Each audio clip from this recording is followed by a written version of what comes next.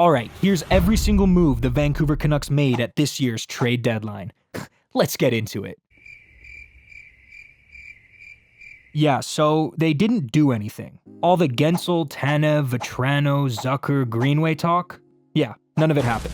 But before you get worried, let me remind you that the Canucks actually did make trade deadline moves. They just didn't wait until the final minute to do it like all the other teams did. They improved their defense on December 3rd when they sent a third-round pick to the Flames in exchange for the Russian giant Nikita Zadorov, and they improved their forward core on February 1st when they sent a package that included Andrei Kuzmenko to the Flames in exchange for Elias Lindholm. It's all good, guys. Don't worry. Now, on to Game 64 against a team that absolutely dominated the Canucks just a few days ago, the Los Angeles Kings. But things are different now. Carson Soucy is back after missing 17 games with a hand injury. This is great news because the Canucks' record when he's in the lineup versus when he's not is hard to ignore. He adds such a calm presence on the blue line. It feels like he always makes the smart play every time he touches the puck. He actually reminds me a lot of Chris Tanev. Anyway, Teddy Bluger made a beautiful move to set himself up for a scoring chance, but Cam Talbot said stop.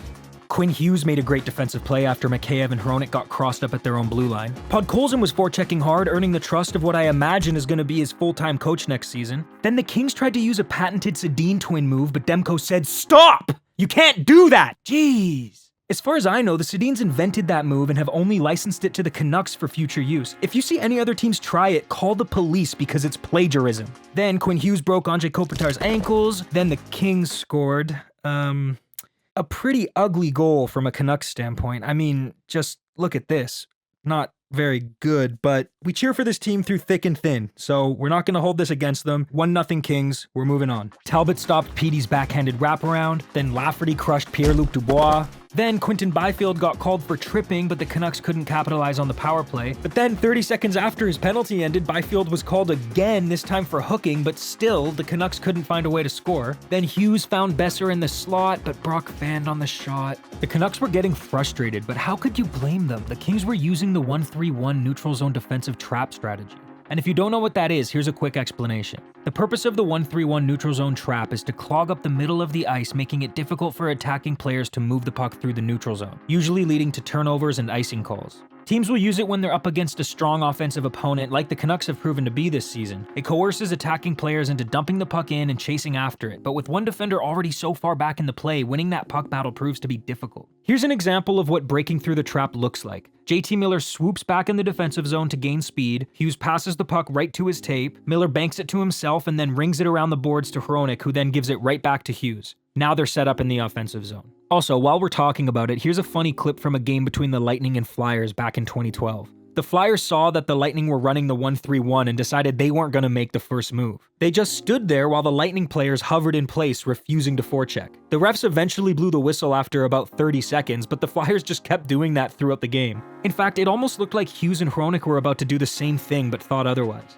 Anyway, late in the second period, the Canucks were finding ways to hem the Kings in their own zone. So much so that the Kings were having trouble even setting up the 1-3-1 again. And thanks to Connor Garland diving to keep this play alive, Pettersson was able to deke the balls off Drew Doughty and bury his 30th goal of the season to tie the game up 1-1.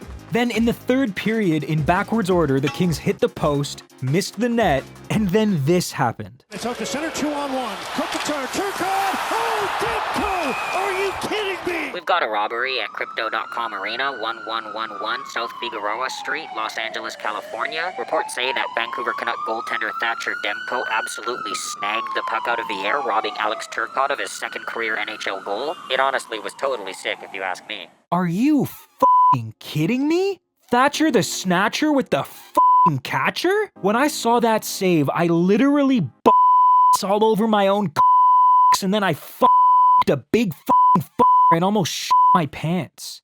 Anyway, to add insult to injury for Turcotte, just a few minutes later, Zadorov pummeled him into the ice. Then Juleson spanked Blake Lizotte before making a great defensive play to put an end to a strong offensive push from the Kings. 1-1 headed to overtime, baby. Now, if I were to tell you the Canucks won this game, who do you think scored the winning goal in overtime?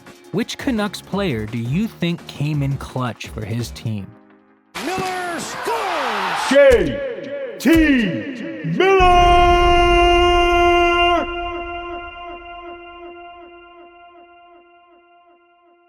The Canucks won 2-1.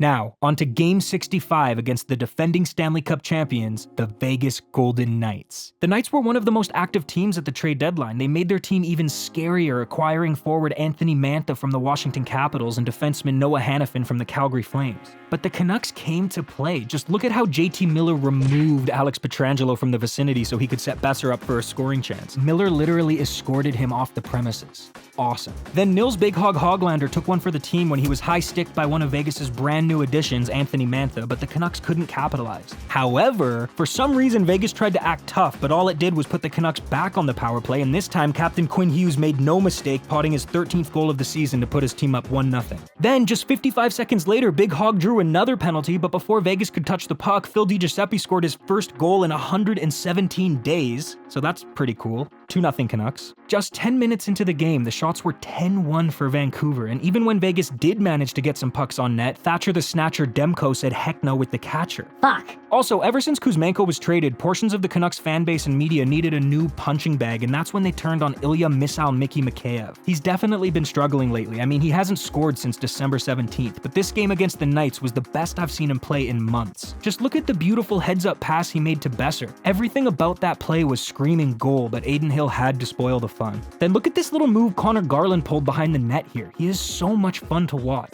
And then Ian Cole's stick broke and Vegas scored. 2-1 Canucks. Channeling his inner Dominic Hasek, Thatcher Demko ran screaming out of the net, beating Jack Eichel to a loose puck, leading to a 2-on-1 for the Canucks, but nothing came from it. Although Hoglander did go hard to the net looking for a rebound, and it seemed to really upset the Golden Knights for some reason. Also, Elias Lindholm and Vasily Podkolzin were playing on a line together for the third straight game, and it's clear they've got some chemistry brewing. I'm excited to see where that goes. Then Mikheyev almost ended his 82-day goal drought, but he just missed the net. This guy can't buy a goal right now. He's getting his chances though. A few minutes later, Lindholm made a great play to keep the puck in the offensive zone, got a shot on goal that Hill was able to stop, but Connor the Gargoyle Garland came in clutch, knocking in the rebound for his 13th goal of the season. 3-1 Vancouver. And after that, the Canucks completely locked it down. They put on a masterclass in lead defending, and despite Vegas's best efforts, the 3-1 scoreline wouldn't budge. The Canucks won their third game in a row and head back to Vancouver after only allowing a combined 3 goals over the course of their 3-game road trip. Outstanding. And if you take a look at the standings, you'll notice that the Canucks are currently first in the Pacific Division, first in the Western Conference, and tied for second in the entire National Hockey League.